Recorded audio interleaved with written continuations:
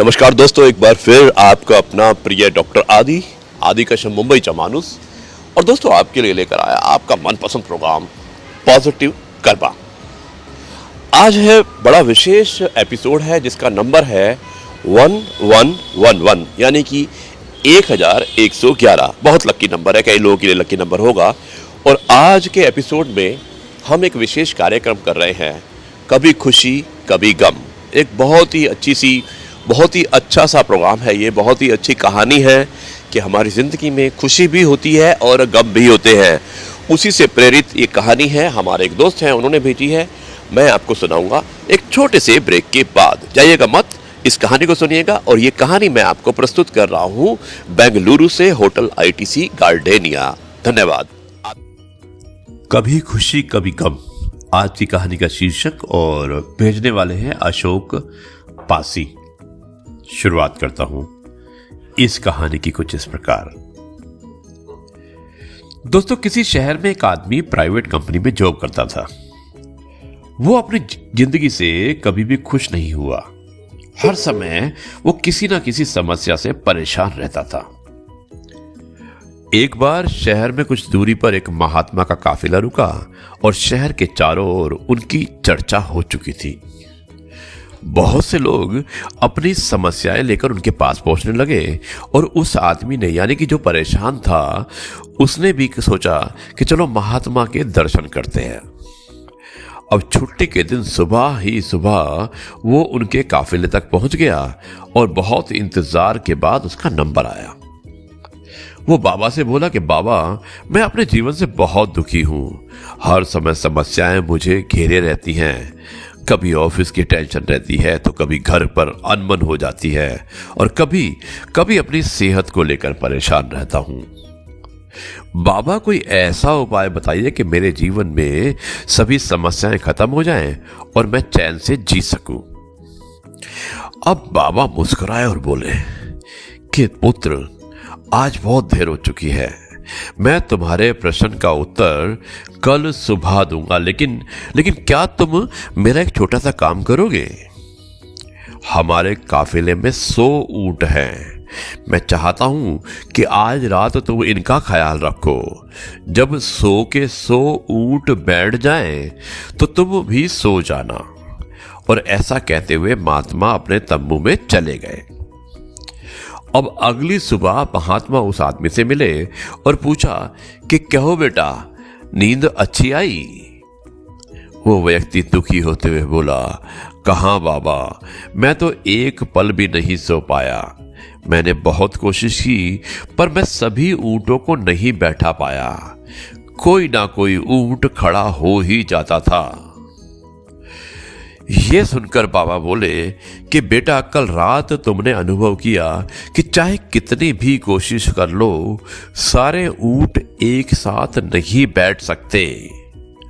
तुम एक को भी बैठाओगे तो कहीं और कोई दूसरा खड़ा हो जाएगा। ठीक इसी तरह तुम एक समस्या का समाधान करोगे तो किसी कारणवश दूसरी समस्या खड़ी हो जाएगी। पुत्र, जब तक जीवन है ये समस्याएं तो बनी ही रहती हैं, कभी कम तो कभी ज्यादा। तो हमें क्या करना चाहिए? उस व्यक्ति ने जिज्ञासा पूर्वक पूछा। इन समस्याओं के बावजूद जीवन का आनंद लेना सीखो। कल रात क्या हुआ कि कई ऊंट रात होते होते खुद ही बैठ गए। कई तुमने अपने प्रयास से बैठा दिए और बहुत से ऊंट तुम्हारे प्रयास के बाद भी नहीं बैठे और बाद में तुमने पाया कि उनमें से कुछ खुद ही बैठ गए। अब कुछ समझे, दो समस्याएं भी ऐसी ही होती हैं। कुछ तो अपने आप ही खत्म हो जाती हैं, कुछ को तुम अपने प्रयास से हल कर लेते हो और कुछ तुम्हारे बहुत कोशिश करने पर भी हल नहीं होती है। ऐसी समस्याओं को समय पर छोड़ दो। उचित समय आने पर वो खुद ही खत्म हो जाती हैं।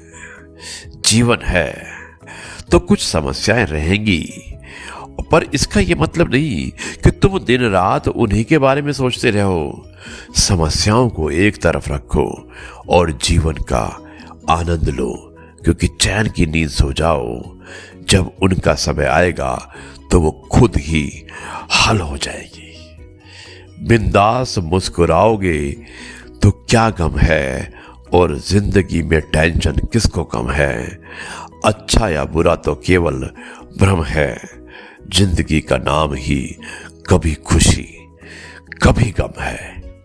दोस्तों, ये थी एक बहुत ही अच्छी कहानी। ये जीवन गम से भरा है, उत्सव के दिन 4 हैं। जितना संभव हो सके खूब लुटाओ प्यार। प्रेम गया, पैसा गया, टूट गया व्यवहार।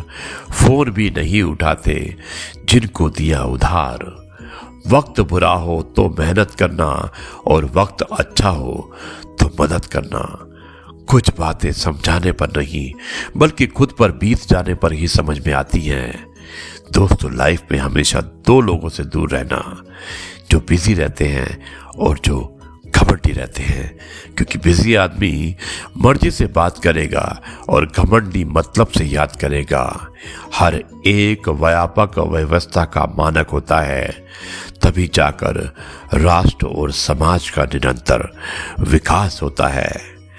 मैं एक विचार को रिप्रेजेंट कर रहा हूं दोस्तों। ये मुझसे पहले भी था और जाने के बाद भी होगा। ज्ञान हमें सहनशीलता व दुख सहन करने की शक्ति देता है, और लोग आपको छोटा समझे अथवा अपशब्द कहें, आप समभाव में रहें। अपने में हीन भाव ना लाएं, अपनी प्रतिभा को निखारते रहें। यही जीवन को सफलता से जीने का मूल मंत्र है। आपका अपना प्रिय डॉक्टर आदि कश्यप, मुंबई चा मानू।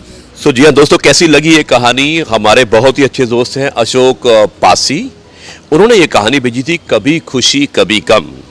और दोस्तों, इस कहानी में आपने देखा होगा कि कैसे एक व्यक्ति जो प्राइवेट नौकरी करता है वो अपने प्रेजेंट से सेटिस्फाई नहीं होता है। एक शहर में एक साधु आते हैं और वो सोचता है कि मैं भी साधु के पास जाऊं और उनसे पूछूं कि मैं सेटिस्फाई क्यों नहीं हूं। महात्मा कहते हैं कोई बात नहीं, मैं तुम्हें इसका जवाब कल दूंगा।